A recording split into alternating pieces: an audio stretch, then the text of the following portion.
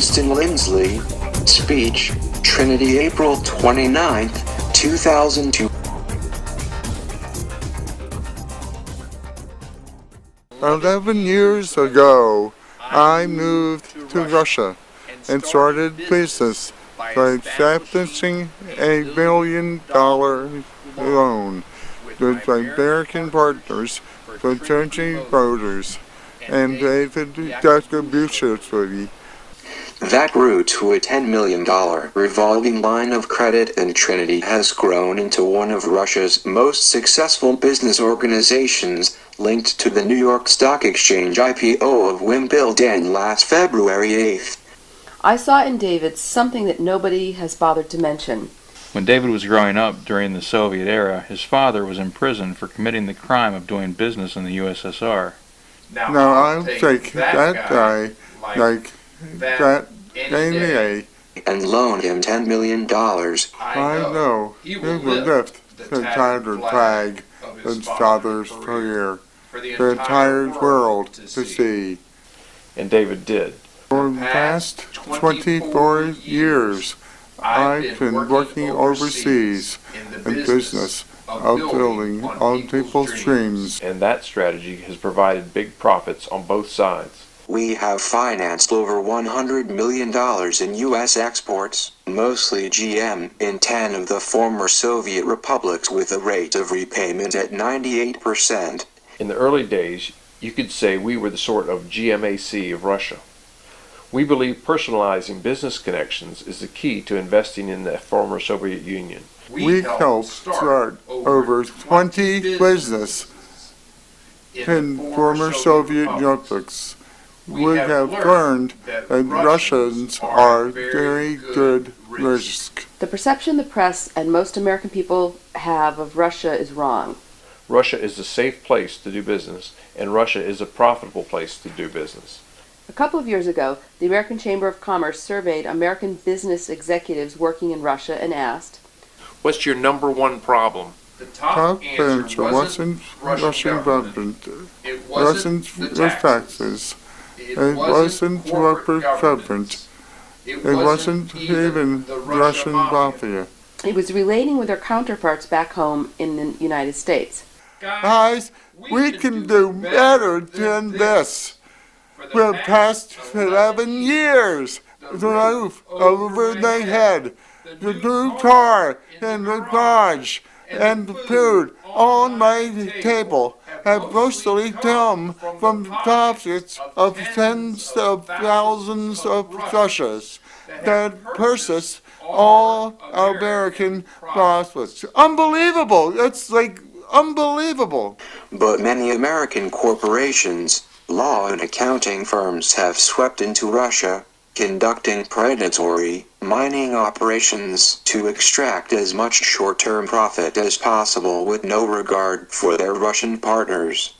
Many Russians and peoples around the world these days feel that their relations with America are like being on the receiving end of a municipal drain pipe. Corporations came in and solicited business plans and never read a word of the plans. They only looked at the bank statements. Unbelievable. I think we need to take a much harder look at what we as Americans have really done in an effort to build a meaningful business relationship with Russia. American heroes like Matthew Malley, who do speak out about our nation's failures to live up to the promises our government, such as the Defense Enterprise Fund, makes to Russia, are destroyed for their patriotism and honesty. So where is the transparency? Here in Washington, married by corporate politics as usually, and forward by the entertainment industry, we now grow as our news organizations.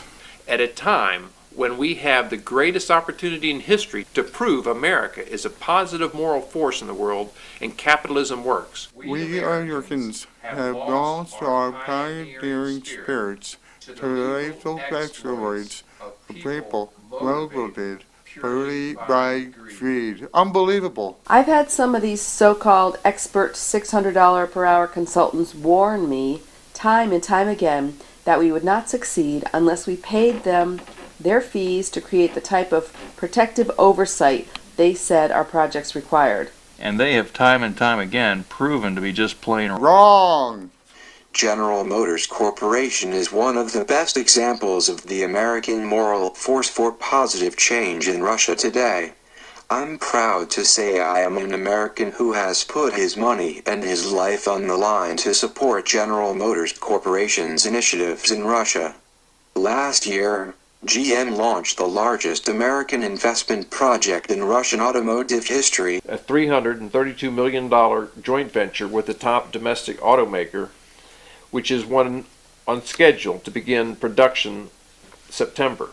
I believe GM will be seen as our nation's best example of an American corporation's efforts to assist Russia in its transformation to a market economy and economic self-sufficiency. Today I have my money in the building and property of a GM dealership in Krasnoyarsk, and we're negotiating with GM Detroit to use a software and CAD development business we own in Krasnoyarsk and the closed nuclear city of Zheleznogorsk to help GM with the engineering of their new vehicle product development. The Soviet Union collapsed over 20 years ago, taking with it the last bastion of communism.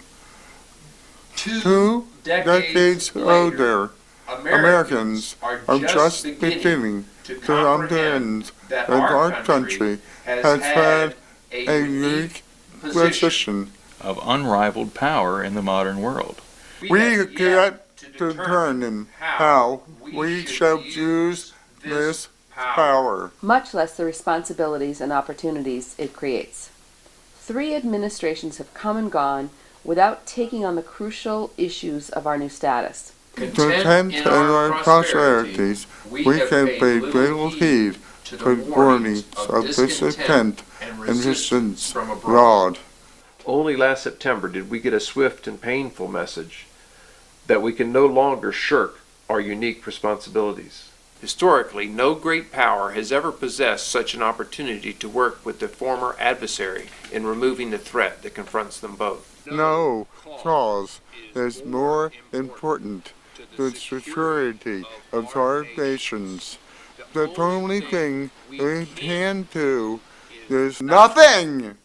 Unbelievable. American business must make a greater and more sincere effort to manage our requirements to capabilities the world has to offer. We should build a future together between our small business communities by linking up our thousands of local American chambers of commerce with Russia's city administrations and help Russia with what they need most: marketing and management skills from the real business owners, and provide machine tool and equipment to help them produce new products the way GM is doing. We must put aside the naysayers and the bureaucrats that freedom rolling and unlock a new potential and dreams that lie buried in our minds and in our heart. We're celebrating 10 years of life he would not have had. Aphasia is a communication disability caused by damage to the language centers of the brain, as the result of a stroke. It is not a loss of intelligence. Depending on where and to what extent the brain is injured, each person with aphasia has a unique set of language disabilities. While intelligence remains intact, abilities to speak, understand spoken language, read or write may be reduced or eliminated. I'm going to party. You know why? Birthday. Woohoo! I'm going to party because I'm going to die. Fight! I'm going to fight! Woohoo! Mobile broadcast news. Winston has a lot of secrets. I mean, they're buried all over the world.